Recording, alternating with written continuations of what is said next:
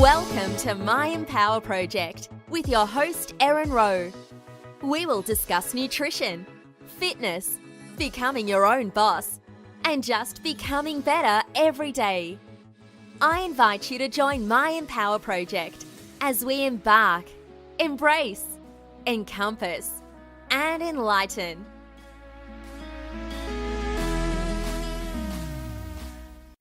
Today I'm going to share why I decided to become who I am. That sounds really strange, right? But it is a choice. But you don't just wake up and change who you are. It kind of happens over time, but you do make small choices which add up to so much. I tried to wrap my head around creating 2 separate podcasts. One on how I found my passion and my purpose, and secondly on why I became a bodybuilder. But they're so intertwined, I just have to give you the whole scoop, even if it's a little bit long for you. So grab a spot of tea, or a cold drink, or a cafe latte, and have a listen. Please leave your feedback below if you're like, no, get on to the info you've learned and enough about yourself, or if you would like me to keep sharing about who I am. I'm going to talk about things that I discovered when I took on a new outlook, a new lifestyle, which all began in about 2013, when I stepped up and decided to reach for more. I decided I didn't want to live like Bill Murray in Groundhog Day. I wanted to wake up and decide for myself what I wanted to do. Exchanging myself for $15 or so an hour, or whatever it may be, didn't feel fair to me. Every older and wiser adult in my life whom I looked to for guidance told me I needed to be smart. And in their mind, that was stay put for health insurance and retirement benefits. I couldn't understand how happiness could be overpowered by this. But I had to pay my bills, and time went on. When the tragedy of Pat passing away happened in 2012, I had enough of wasting each precious day's breath. I couldn't sit in my empty house and be sad. I needed an outlet, so I decided to learn how to go to the gym. I say this because I didn't know how to use most of the machines. I only knew the 2 I used in college, the bicep curl one and then the tricep one where you push down. So I drive about 1.5 hours home from work.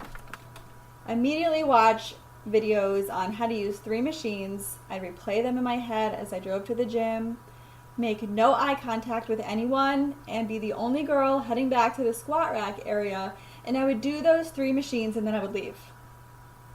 Right around that time, I heard the foreign words clean eating and tried a plan I found. I couldn't control 11 hours of my day during work, so I took control of these aspects. Pat is my mom. When she was suddenly gone, all these signs appeared in my life, teaching me about food. I just used to eat her lasagna with extra cheese and homemade pastries because they were delicious, and never knew the havoc that it would lead to, which wouldn't show for years and years to come, of course. But I never wanted to experience what I'd witnessed, and never wanted anyone to feel the hole in my heart that I had. So I wanted people to know that food can cure, or it can be a weapon. I was pissed at the world for not knowing this. An apple a day can keep the doctor away. That's the extent of what I knew. Or cupcakes could make you fat, but if it's not in your genetics, then there's no issue. I came across the fixed containers, and that led me to finding Beachbody. Before network marketing was even this negative thing, I didn't know anything about what I had signed up for. I just was taking ownership of my lack of knowledge and learned stuff and shared stuff. And then all the multi-level marketing companies veered their heads and everyone hated all of them. Now this was pitiful. This was truly pitiful to me because these are women putting themselves on a limb to provide for their family and like create a community of positivity, whether it be butter soft leggings or smooth skin or pretty scents for your home or nails with cartoon characters. We're a dot on this earth, and if someone tries to make another person feel better about themselves with like a quick home exercise program and a simple way to track food or a wrinkle cream or pants, because leggings are in fact pants, I'm gonna throw that in there, then that woman is incredible. And so I felt it was my purpose to share what I started to learn about food. In the midst of it, I wanted to truly see what this carb craze really did to the body. I wanted to do a test on myself to see the extent of a difference carbohydrates made on us and how far I could push my body to be its healthiest, and decided to sign up for a fitness competition. I was naive, but I'm okay with that because it was new to me, so why wouldn't I be? I shouldn't be ashamed of that. I was in it to learn. I learned so much about self-discipline, commitment, and follow-through. I learned what it's like for competitors to train in a healthy way and in a common way that may lead to an external look that one could envy, but an internal and mental downfall. The shows were fun for me, so I did OCB and then NPC, and then my first NPC national show 1 year ago.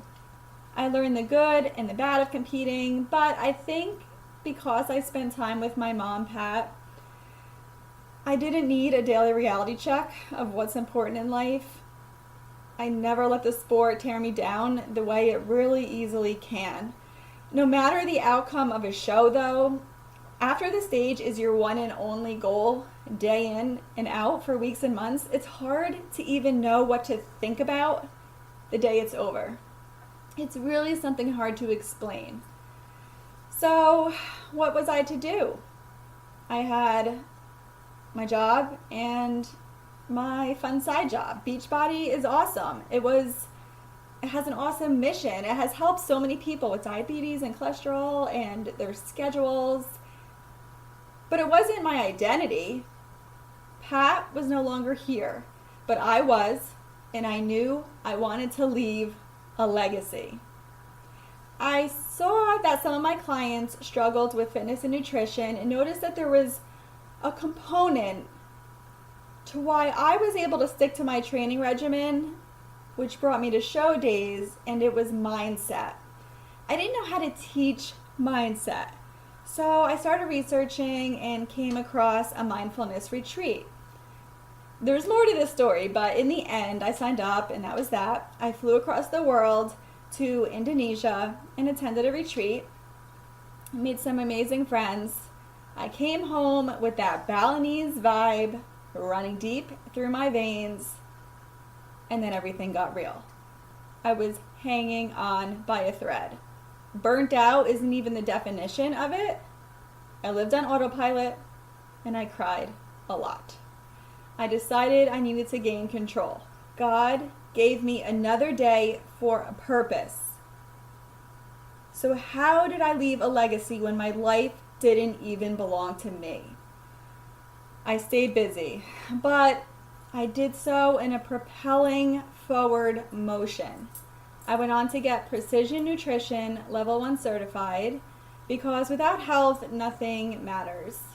I had to remember all the things to be grateful for as I went through these tough days. I also have been a YouTubeaholic for years, as it was my second outlet after the gym, which is my heart and soul therapy session. That's definitely the gym.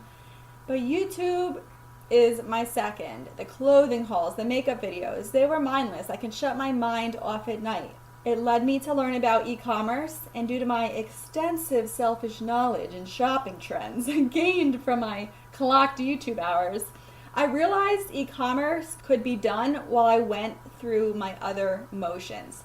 I set out to make what I made during my 11 hours I gave my life to my bosses, and I did so. One time by noon, I made online what I made in a full day at work.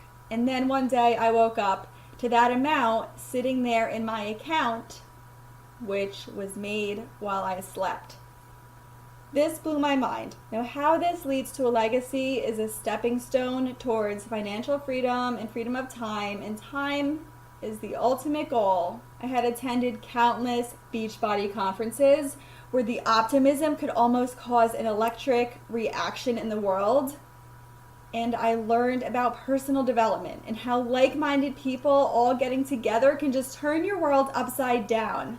At least my humdrum, corporate, puppet on a string world I marched into and out of Monday through Friday like a robot had hope.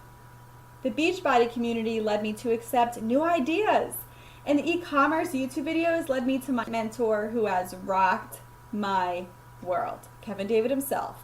The knowledge I have learned in this one past year is alone more than I ever learned in college. This year has been a year of breaking limits. I had been coming up with business ideas since I was 11 years old. I was taught to save well. I worked 2 jobs each summer. I got my degree, got a corporate job, and purchased my first home years before I was 30. Then I spun my wheels, year after year. I was house poor. What I brought in covered what had to be paid out, and any penny left I used to travel far, far away from my Groundhog Day. Things at work worsened. I lost who I was. I couldn't enjoy much because the idea that my life wasn't even my own was this weight on my shoulders, but everyone around me accepted it, which I just couldn't comprehend. Staying where I was in this pedestal company would never get me out of my hole, so I took action, and I am bravely stepping up to share the different ideas I am experimenting with you. I don't know if you believe in signs, but I really do think that God and my mom put me on a path to just educate people on how food either feeds or fights disease. From there, they can take the info as they wish, and the same with my entrepreneurial adventures with Amazon FBA, with Shopify, and the other things that are in the works. I just want you to be aware of them. The way this ties together is I think all successful entrepreneurs have a piece of fitness and wellness and health in their daily life, because when you feel good, you can accomplish more, and that is necessary to succeed.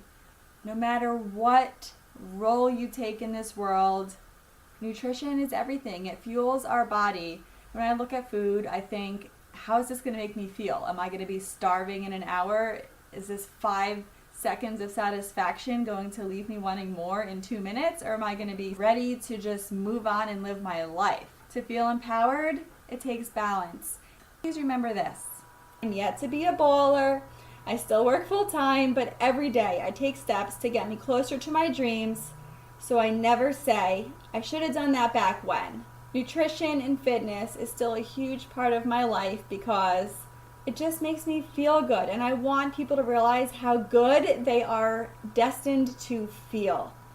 MyEmpowerProject.com is going to have different options for you to reach out of your comfort zone and take on an empower project of your own.